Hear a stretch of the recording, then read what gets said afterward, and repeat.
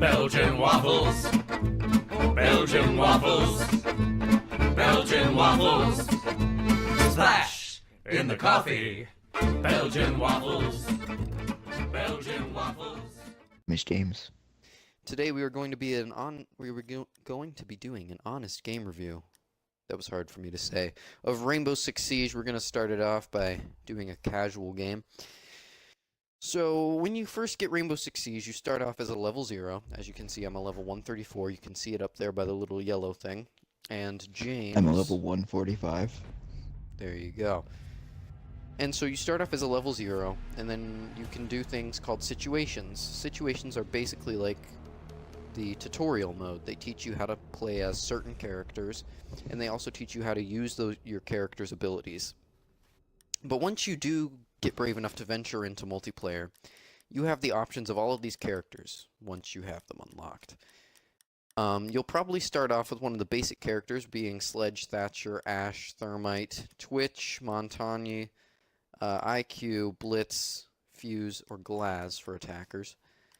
And you can choose from any one of those, and really, casual can go any number of ways. You can be really, really good at it all the time. You can be really, really bad at it all the time. You can be good sometimes and bad other times. Or you can That's just kind of have how like we are. tons of hackers, which you do run into hackers every once in a while, given sometimes you might be frustrated with your multiplayer experience because you're just doing bad a specific day, so then you're like, this guy is hacking, when in reality they're just a good player. I'm guilty of doing that. But there are hackers sometimes, and oh yes, yeah, well, me too, and definitely me. But and the main reason is because we have Fair Fight instead of BattleEye. BattleEye is like a hacker filter for PC, and it catches pretty much every single hacker there. And then again, Fair Fight doesn't find any hackers unless you're a friend of that hacker and report them. Find the biohazard container location. It's the only way that Fair Fight catches. Yeah. So when you start off a casual game, if you're an attacker, you start off on this thing called a drone. What a drone does is it allows you to move around the map. You can, if you're on console, you can hold Y to mark enemies. Nicely done. And you basically look for the objective, like we just found. Then once you find the people, you mark them and you can find out who they are, and that gives you intel on what kind of things you should plan for throughout the game. As of right now, we're on the Year 2, Season 3 or 4 operators now, and those are DLC operators, so you do have to pay a lot more money, in-game money. I think it's Year characters. 2, Season 2. Is it really? Or maybe, yeah. No, it's Season 3. It's Season 3. Season 3, yeah, Season 3. But anyway, apart from that, once you know what characters the enemy has, you can actually plan your assault while in the game. As we're doing right now, we're trying to find different ways around the map to better suit the enemy's playstyle. Which you can judge an enemy's playstyle based off of the characters they choose, usually. So what do you think are some benefits of casual derby? It lets you get into the game, like, if you're planning on playing the game how it's meant, either casual or ranked, but are planning on doing some ranked with friends, I recommend doing some casual to either warm up to ranked, or do casual to just have some fun. Ranked is more serious and more, like, not as laid back. You do your best. Ranked in casual, you can just kind of chill, not really care.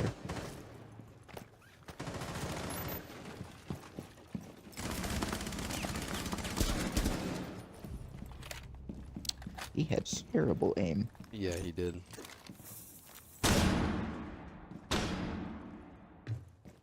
Here, I'll throw a frag in there.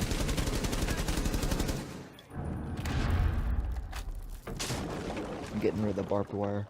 Cool. So, I think the first point we should cover, aside from your multiplayer experiences differing from what you might find in a custom game with your friends, is that... Oh, wow. sometimes when you're in the middle of a multiplayer match and the game is tied and it's 2-on-2 because the games in casual only go up to the first person to 3 wins. So the game is 2-2. You can lose because your team is crap, or you can lose because your team is Like good Eliminated but all just friendlies. did the wrong thing like that. Because we all kind of rushed the same guy and he kind of outsmarted us just a little bit. I rushed, which I shouldn't have done. I just wanted the kill and I thought I could get it. So making split-second decisions is really what this game is all about. So if you're not comfortable with making split-second make-or-break decisions, it's probably not And the if you're game not for you. comfortable with pressure, Oh, pressure yes. is a big element in this game. If you're not comfortable with Because you're- thinking under pressure, though, this game could be a really good tool to help you become better at thinking under pressure. Because it gets you into this mindset of, okay, this is all going on around me, and I need to make a decision right now as to what I should do. And you're not going to be right 100% of the time. Nobody expects you to be perfect. I take that back. There are some people in the gaming community who do, but don't listen Especially in ranked. to them. Especially they in will, ranks. They will They'll call kick you you. names. We need to Um, protect the They'll either biohazard kick you, container. team kill you, Secure or the call you horrible names. Yeah, Continue. so just don't listen to the haters, man. If you're playing the game just to play the game, go for it. Nobody's stopping you. If you're gonna play the game to be a jerk, that's something completely different, and maybe you should think about a different hobby, because gaming is really something that everybody should be enjoying, not fearful of. We already get a bad rap as gamers. We sit around all day, our rooms are messy, you know. We 10 grow seconds fat, remaining. which half of that's not even true. 5 seconds And I think a lot of that actually applies You to don't most ever get girlfriends. people. Op 4 has failed to Oh find yeah, the that's biohazard definitely not container. true. Op 4 has spotted the biohazard container. So another thing that you should take into note when you're thinking of buying or when you have bought Rainbow Six Siege is the fact that it's a game that's always evolving. It's always in a constant state of movement. I don't think I've ever seen the game at a state where it's been completely finished, in my opinion. There's always been something missing from the game. And like right now, there's a lot of different glitches that you can do in a lot of different places around the map, which you can actually check out our most recent podcast episode where we actually went over quite a few glitches on one map. And it took us about 50 minutes just to go over all the glitches for one map, which is insane. And considering that there's more than 15 maps in the game, it'll be a long time before they're all patched. But yeah, the game is always in a constant state of development. They're still updating things pretty regularly. They're coming out with their newest Blood Orchid update sometime this month. I'm not sure exactly when, but that is something to keep in mind. If you're looking for a completely finished multiplayer game, go for Titanfall or something. Do you have any other comments on multiplayer, James? Prevent further access to the biohazard container. I think we're good on multiplayer. I think one thing that you do find a lot of in multiplayer is you find a lot of people who they play the game and they've played the game for a very long time. So they're a really high level, and then they get bored of it. So then they leave. They're on the stairs, by the way, James. So then they leave and they create a new Xbox Live account. And Securing we the call them biohazard Smurfs. Because they come in and they create a new Xbox One account. And what is the word I'm looking for? They basically restart. And what we mean by restart is they reset themselves as a level 0. Then they go around trolling people, claiming that they're a level 0 when they're really like a level 200 something. And you do run into a lot of Mhm. those. And those are oftentimes the people that team kill. They're also oftentimes the people that don't mind glitching in multiplayer. They don't mind hacking. They're usually the people who do that the most because that's their dispensable account. They don't care what happens to that account. Um, so long as, you know, they have their other account to back up to. So that is always something to keep in mind when you're playing any online game, I think, is people who claim to be something that they're not.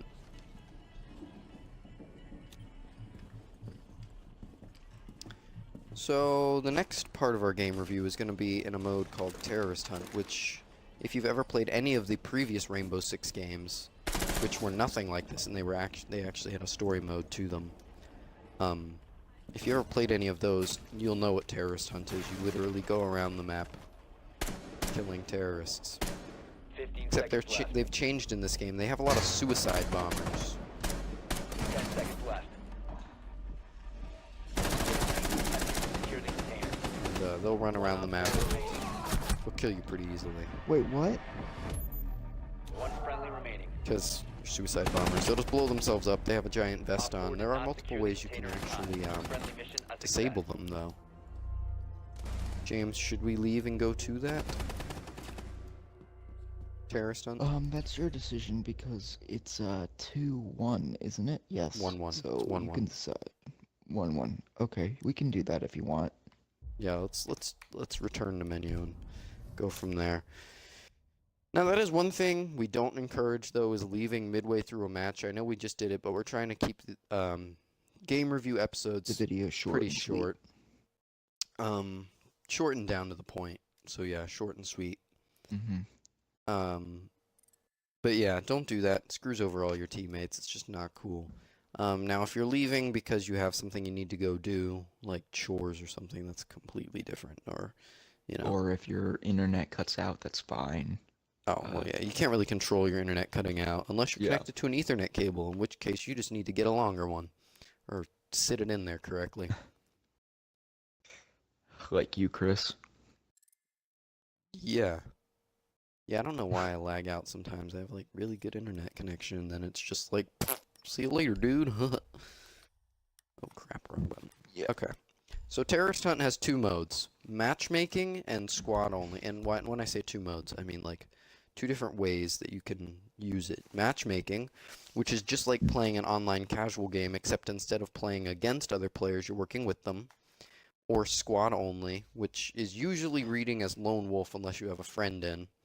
And what lone wolf is just you by yourself running around the map, completing the Very objective, difficult. whatever it may be. It's pretty difficult, yeah. It's difficult.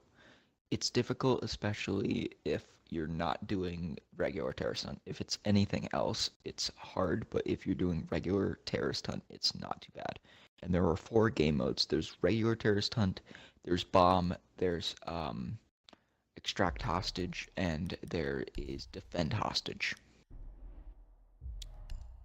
Now, Match. and the only difference between defend hostage and terrorist will protect the hostage. It'll probably be the most reinforced room.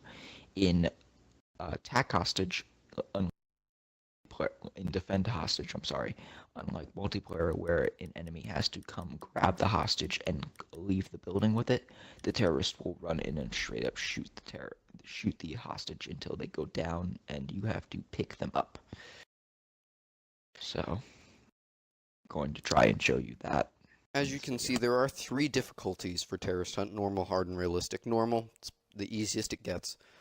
You do get XP and in-game currency for playing any one of these, unless you die right off the bat. It gives you 0. And then hard, you get a little bit more money and a little bit more XP. The enemies deal more damage. They have pretty precise shooting. I mean, they already usually do. More of them show up. There is no aim assist. Oh wait, no, there still is. Yeah, there's still aim assist. Realistic is the only one that doesn't have aim assist. Now, realistic, you double the amount of it, or you triple the amount of XP and currency that you would usually get if you complete it. They have a perfect Yeah, accuracy, realistic, pretty much. you get more. Yeah, realistic, you get more XP if you win. You get more XP and renown than if you win a multiplayer match, unless you were MVP. Yep. Aim assist is disabled, and you have the maximum number of enemies allowed. So we're just going to do some normal ones for you, just to show you what the easy mode is like.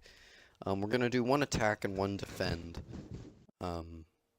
We can do hard, we cannot do realistic by ourselves, and hard is Yeah, no. trial and error. It's not... Normal is like, either we win or we lose, next time we try it's fine, and then there's hard, where it's trial and error. You either get it right or you don't.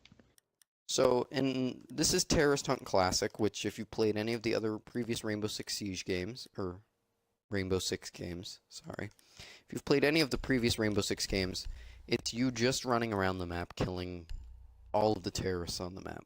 So it's really easy, it's really fun, actually. It's one of the most fun ones that you can do by yourself. So if you ever just want to do that, you can always go into matchmaking preferences and turn on Terrorist Hunt Classic only. Although, that kind of takes away from why you would play Terrorist Hunt. And Go I ahead. remember from previous games where, I mean, I only played, my game came with Rainbow Six Vegas and Rainbow Six Vegas 2. I only somehow managed to download Rainbow Six Vegas 2. I started playing the campaign. It's really cool because you guide along your Eliminate team all of the in the terrorists. campaign. You tell them to either breach or flash breach. It's pretty cool. And the terrorist hunt was really fun because you picked up guns as you went along. The multiplayer So this was guy fun. over here that sounds like Darth Vader is a bomber, and I if took he out gets the close bomb. enough, if you don't disable his vest, will blow himself up Yeah, I and shot kill you. Also, something that's different from multiplayer is the nitro cells, which are basically C4s that they place around the map, are motion detected. So if you're close to them, they'll blow up. Whereas in multiplayer, if you throw one, you have to manually set it off.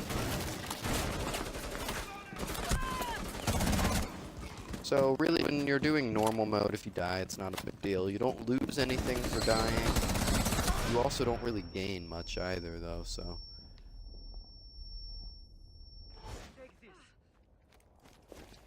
So it's definitely fun mode to do by yourself if you're just... None of your friends are online, but you still want to play Rainbow Six, but you don't just want to play online with anyone, you know, or you have restrictions on who you can play online with or something like that. Terrorist Hunt is definitely a good option. Fusing garage. Okay. Didn't. Oh! That was you. Your thing missed the one guy that was in garage.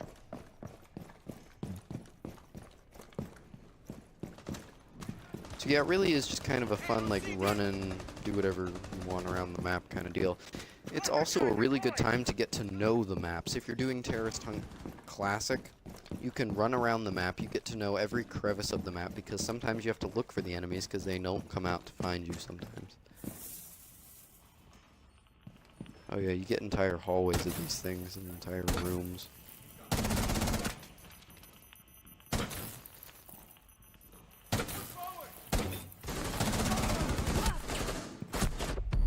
Oh, I died.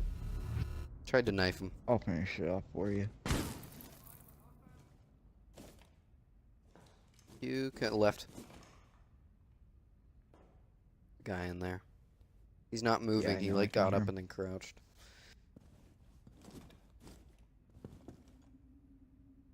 So this is pretty much just what a normal attack terrorist hunt classic game looks like. They're pretty fun, like I said, like 5 times.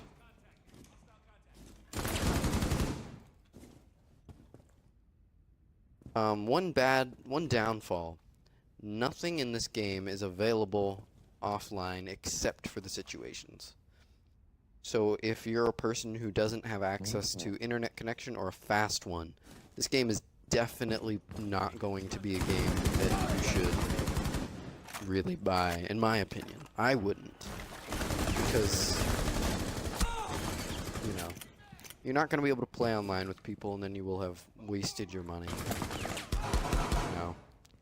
Oh wow, they lined that up nicely. Yeah. And if the only thing you can play half of the time is situations, you're going to get really bored of playing the same exact mission over and over again. It wasn't always like that. You used to be able to play Terrorist Hunt Lone Wolf by yourself, with or without internet connection. But they recently changed that with the newest update. So I actually, I didn't have any money on my account, so I couldn't buy Xbox Live. And when I had to go like to CVS to get like another Xbox Live card. So, like the day between, I was really looking forward to just like doing Terrorist Hunt Classic by myself, and I tried to do it, and it's like needs Xbox Live, but it doesn't make sense because you're playing with AI. It's like a stupid thing. So I kind of did like 15 situations over and over again in one custom game where I tried to destroy the entire house. It was boring, but it was also exciting. I don't know. It was just meh. Alright, turn it on defense. Alright, I've got it. Here we go. So again, we're just going to do a normal one. This one will be a defense this time. I'm going to be doing the dock glitch just in case, because this Alrighty. is one of the harder modes. Yeah, defending the hostage is definitely very difficult to do, but if you have the right team of characters and you know what you're doing, it can be one of the most fun terrorist hunt experiences that you can have. And I know I did say that about the Terrorist Hunt Classic, but if you're looking for something that's a little bit more challenging, but you don't want to up the difficulty level on yourself, and you don't want to make the enemies more powerful, and you don't want to have more of them, defend mode is definitely the way to go. Also, I don't recommend playing Lone Wolf on Bomb on any map, without a squad mate of some kind more than normal, because Bomb is the most difficult, because you have to Bomb is the most defend difficult the attack. diffuser. Yeah. You have to defuse the bomb one at a time. You can't just do one. And the problem is that you can kill every single terrorist on the map, and more will come.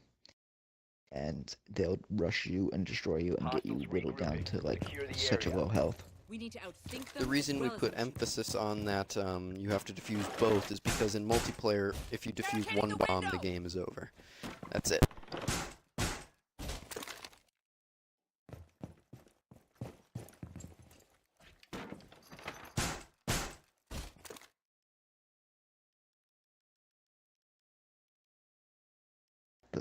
I guess the dock glitch just doesn't work in Terrorist Hunt. Keep the hostage safe. It's all Hostiles good. approaching.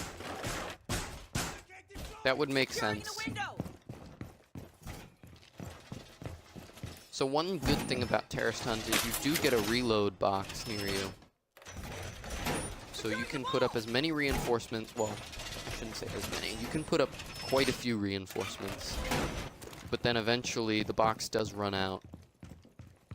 Not in normal. In normal, it never runs out. Oh, really? I thought it still did. Mhm. Yeah, in hard it runs out, but in normal it Oh, no. doesn't. So as you can see, they kind of line up most of the time. They're pretty unintelligent. The harder the mode you do, the more intelligent they get. So they are significantly harder to kill at some points. Op 4 has eyes on the hostage. 3 hostiles remaining. Changing mags. As you can see, with one person, rounds go by pretty quickly. And if you have a good headset, they go by even quicker. Hostiles eliminated. Because they can just line up like that. Reinforce the So area. this is Hostiles basically reloading. all that defend is. The waves do get harder every single time you play, or every round that you do, they get harder, which makes sense because they should. Setting the welcome. Using Like, your the first abilities. round, it's... I think it is 8, 9, 10, and 11 for normal. And what it is the first round, it's 8 regular terrorists. And then the second round, it's 8 regular terrorists, and then 1 shield. And then the next round is 9, no, it's 8 regular terrorists and 2 shields. And then the last round is 8 regular terrorists, 2 shields, and a bomber. And of course, as you increase the difficulty, those numbers will rise too. I think on realistic, you get like a bomber every round.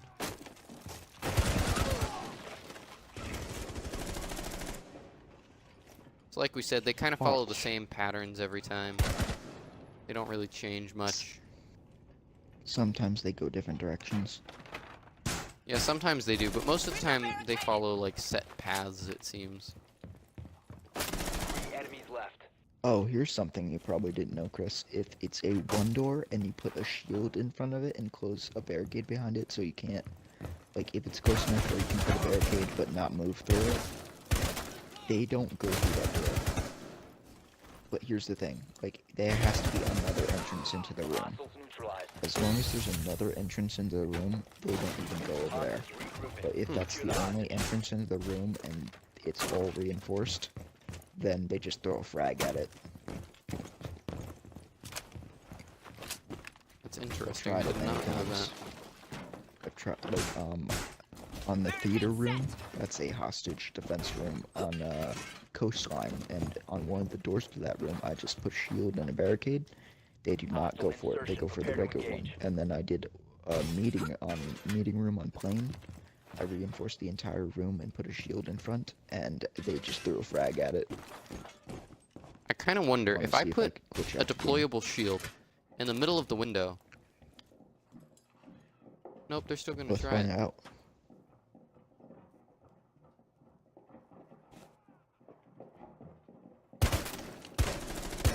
Or not. Nope, they are.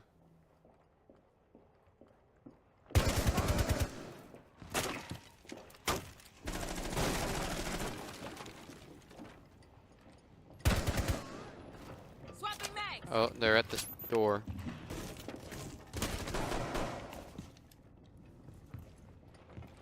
Hostiles left.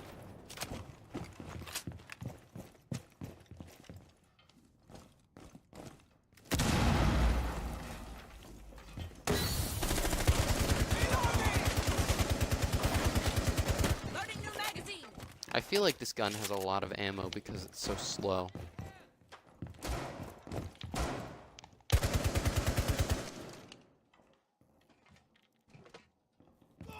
The threat has been eliminated. It took a lot of knives. Yeah, he wouldn't Reinforce the die. area. Hostiles regrouping. Let me see if I can maybe put a shield like here. Setting You up. You know, it would be funny. What? You could kill a bomber with one of these things. I think you can. I know, but it'd just be funny to see that happen. Hostile insertion. I'm sure you could do it. I'm just saying, like, you know. Be To really make funny it see. actually happen. Yeah. Would be. Yeah. Aww. You should really dock yourself. You're the one that's missing health. Yeah, but it's okay. Bomber. I can hear him. That's another thing. When you're in when you're in Paris time, listen for the bomber. The bomber's dead. Because you can always hear them. They're so loud. Well, I take that back. You can't always hear them, but you can often hear them because they're the loudest terrorists you can have. I mean, besides the fact that the other ones are screaming the whole time.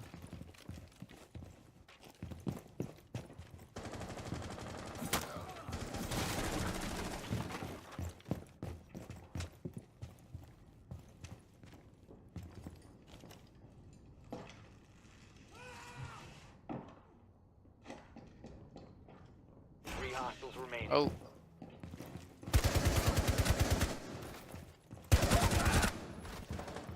Hostiles eliminated. What was that, 4? Yep, that was. So once you complete your 4th mission, or your 4th wave, sorry, match is over and you have won. So, on a scale of 1 to 10, James, what would you give Rainbow Six Siege? Actually, I take that back. I take that back. Playability out of 5, what would you give it? 5 being the best. Playability, I'd give it like a 3.5 to a 4 because it's a very good game. It's a very well-made game. Are there things that could be improved? Of course, as in every game there could be things improved. But there's a lot of glitches that they need to work on. What about experience? Experience, I would give a experience itself. 4.5. A 4.5 because there's a lot of immersity. It's a very realistic game. There's breachable walls, floors, and ceilings. It gives you like help with being under pressure, like you said earlier. Um, your fingers, your hand-eye coordination will become a lot better after playing this game as much as other games. It's just a very well-made game, and I think the experience is very well in the game. Okay. Well And last crafted. but not least, community. The community, it's Actually, that won't be the last one. But yes, community. community, I'd probably give a 2.5 to a 3 because the community isn't a good community. It's kind of like living in a gang-stricken community because there are some good people and there are some bad people. And most of the time, you'll get either team killing, team killers, team shooters, spawn killers, um, people that talk trash, kids that get salty, having um, and we see a lot of this in every like R-rated game. We'll see like M-rated.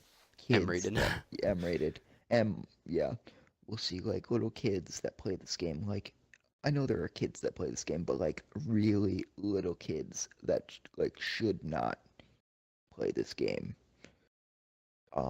And they're either going to have no idea what they're doing, they're going to team kill you, or they're just going to be a little jerk because they want to. And like if you're prepared to go into casual, like whenever I play casual, I don't really play ranked, neither does Chris, but I whenever I go into casual, let's say I'm not the last one alive, there's someone else. And he tries, but he dies. I usually say like, it's okay, dude. You tried your best. That's all that counts. And I don't care if he lost because he tried. But there will be people where even if you try, especially in ranked, even on your team, that'll be like, you suck. Why do you play this game? Go get a life. And then they'll start saying like really horrible names, calling you like horrible things. I'm not gonna say it because we're a family-friendly channel. So just think of probably the worst name that someone could call you, and they're gonna call you it. I'm not saying that everyone's like that, but there is certainly a good amount of people that will just straight up hurt your feelings or destroy your experience of the game because of that. All right, and finally, how do you think on a scale of again 1 to 5, 5 being the best, 1 being the worst, how do you think the developer to player communication is? Like, did the developers listen to the players, or do they just kind of do their own thing? I would give that a solid 2 because the developers haven't been doing. I'm not saying that the developers are bad, but they're not great at the same time because I'm probably ruining any chance of getting a thing now, but it's true because the developers are leaving glitches in the games to use them in their own custom games and not fixing them for the community. And like the Valkyrie glitch, they kept that in the game just so they could use that in their custom games. And they probably don't listen to every single person, and I'd understand that, but they probably don't even listen to the majority. they probably listen to the 15 guys that they hired to play the game, and that's probably all they listen to. I'm not saying that there's people that don't listen to us, but I wouldn't think that you'd go onto the forums and type something out and get like 100 people to back you up, and then they'd actually listen to you. You need like millions and millions of people to like back you up on that. All right, well, that wraps up our review of Rainbow Six Siege. We left here with a 3.12 out of 5-star review for Rainbow Six Siege. Keep in mind that these do not reflect the views of the entire gaming community. These only reflect the views of James and I. Yeah, that's it for the first episode of TN Games Game Review of Rainbow Six Siege. My name is Chris. My name is James. Belgian We'll see waffles. you in the next one. Belgian Drink some tea. waffles. Pete. Belgian Bye-bye. waffles. Splash in the coffee. Belgian waffles.